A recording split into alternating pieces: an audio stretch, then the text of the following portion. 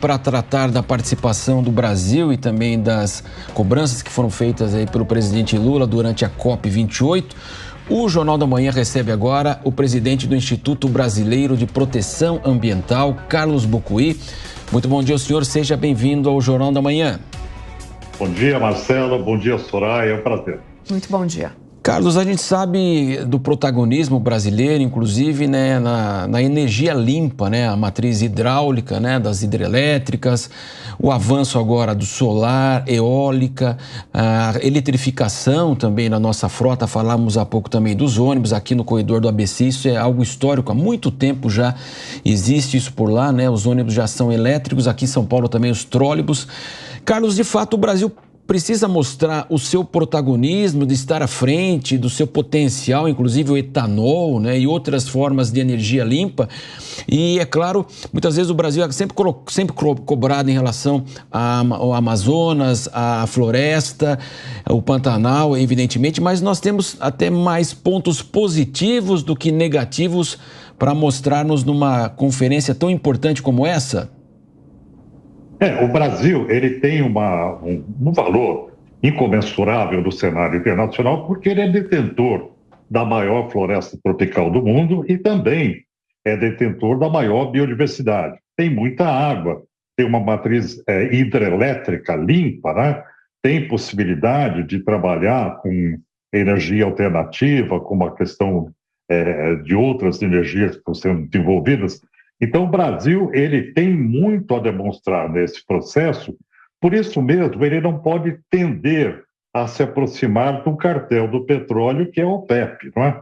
Então, esse foi um erro crasso do Brasil nesse início de conferência da COP28.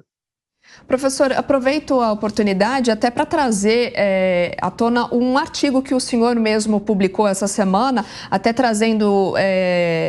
Na ocasião ali, falando sobre conflitos de interesse, colocando mesmo em dúvida as negociações que vão acontecer na COP28. Então, eu te pergunto, é possível mesmo avançar nessa redução de emissão de gases, né? Esses ataques ao meio ambiente a partir de patrocinadores da indústria petrolífera? Olha, o cartel do petróleo, a OPEP, ele foi fundado para regular a questão do petróleo para conseguir maior lucratividade. E esse setor de petróleo se vê ameaçado hoje pelas mudanças climáticas, porque não há solução para a questão climática se você não banir os fósseis da face do planeta. Então, esse setor tem se evidenciado no sentido de cooptar, de assediar outros países para fazerem parte dessa coligação que pretende a permanência dos combustíveis fósseis no planeta, o que é um absurdo e é acientífico, vai contra a própria ciência.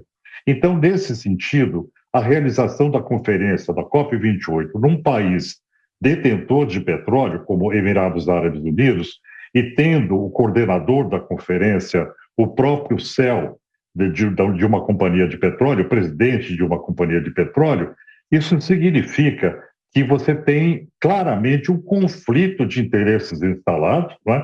E não há como negar. Inclusive, as notícias internacionais sobre a agenda, a forma como foi organizada, as assessorias que participaram da organização, tudo aponta para uma continuidade do lobby do petróleo, agora supervisionando uma conferência, e nós sabemos que o país anfitrião ele tem uma prerrogativa enorme sobre a agenda da conferência, né? Então, essa conferência ela não promete muito, porque ela está sob a direção do setor de petróleo. Carlos Bocuí, agora a pergunta do nosso comentarista Cristiano Vilela. Carlos, bom dia, satisfação falar com você na Jovem Pan. Você tocou num ponto importante, que é o fato da COP28 estar sendo realizada no Emirados Árabes Unidos, um polo petrolífero mundial, tendo como responsável pelo evento a grande figura, o CEO da empresa local de petróleo. Você entende que isso pode ser lido como uma tentativa de trazer esse setor, que talvez seja o mais poluente, para, de alguma forma, construir uma solução que seja adequada para o meio ambiente mundial, ou isso tem que ser lido realmente como uma forma desastrosa para o meio ambiente? É uma forma desastrosa para o meio ambiente, porque você está lidando com um cartel, né? E nós sabemos que a figura do cartel, inclusive no Brasil, ela é prevista por lei como impeditiva de um bom mercado que atenda o consumidor, que atenda uma sociedade. Então, não existe a possibilidade de você, numa conferência contra o armamento, você ter alguém da indústria bélica pilotando a conferência, não é? Nem contra o tabagismo de uma pessoa que faz a área de produção do tabaco. Então, isso seria completamente contra as normas de conflito de interesses, que são muito claras. Isso é aplicado, inclusive, na jurisprudência internacional, em casos onde você deve restringir esse tipo de participação. Então, não há oportunidade, de fato, no resultado da COP28. Nós estamos trabalhando debaixo de um enorme conflito de interesses. Professor, só para a gente também não perder a linha de raciocínio nesse sentido, o que significaria a participação, né, e a possibilidade do Brasil entrar na OPEP+, e também o que significaria isso para os compromissos climáticos? Olha, a OPEP+, é um pool de estados que não são os estados autoritários da OPEP, os primeiros, né, detentores da OPEP, que trabalham também com o crescimento do petróleo no seu PIB. Né? E o Brasil está aí ocupando o 8º lugar como país produtor de petróleo.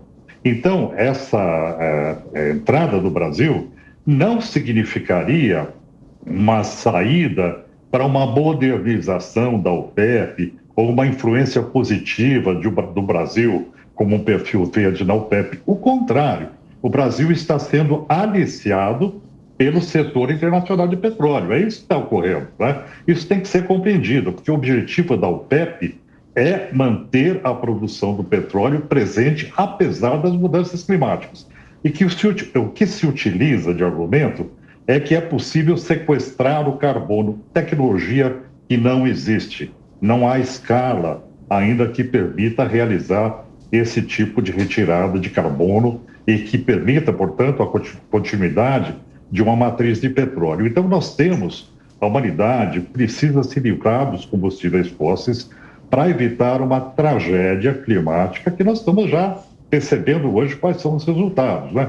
Quer dizer, todo esse discurso da OPEP é um discurso acientífico, tanto que a Arábia Saudita se recusa, de uma forma negacionista, a paralisar a retirada de petróleo. Ela pretende, para sempre, continuar na indústria. Quer dizer, é um discurso claramente negacionista.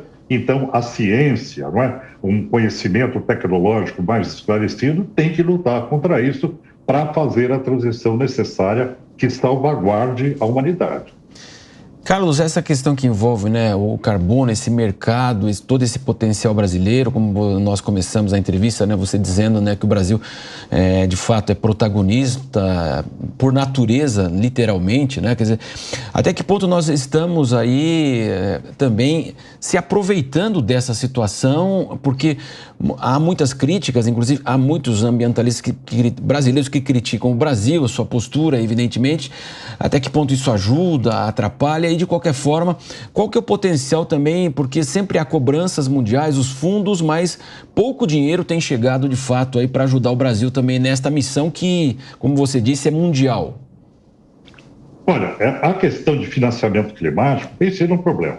Você veja a questão de perdas e danos, que é um fundo estabelecido, solicitado desde a Conferência de Cancún em 2010, e só agora você tem um aporte de recursos de menos de 0,5% do valor que foi solicitado para levar os países a uma adaptação, os países mais vulneráveis a uma adaptação necessária, né? Então, isso já tem sido insuficiente, ficou comprovado no início da conferência. Por outro lado, o pagamento por serviços ambientais pela floresta em pé que o Brasil pretende não é ruim, porque você pode ter recurso financeiro que tenha uma bonificação para proprietários de florestas para que eles mantenham as suas florestas em pé, mesmo considerando que você tem uma obrigatoriedade legal no Brasil de fazer isso. Mas é claro que instrumentos econômicos são convincentes, não é? Então, eu não vejo nada de negativo nisso. É importante que haja uma valorização ambiental daqueles elementos que servem para a regulação climática.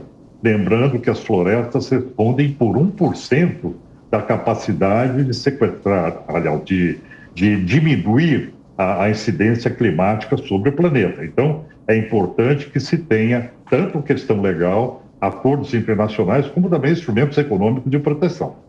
Carlos, também queria te ouvir em relação à própria postura do presidente Lula, nesse sentido de ter cobranças, né, de posicionamento ambiental, cobrando efetivamente que os países mais industrializados financiem países em desenvolvimento, né, para desenvolver até matrizes energéticas limpas. Você acredita que seja possível avançar nesse ponto? O Brasil, a gente sabe, é a 9ª maior economia do mundo, 6º maior emissão de gás efeito estufa. Isso faz com que ele também, o país, esteja numa posição não tão confortável assim para fazer tantas cobranças?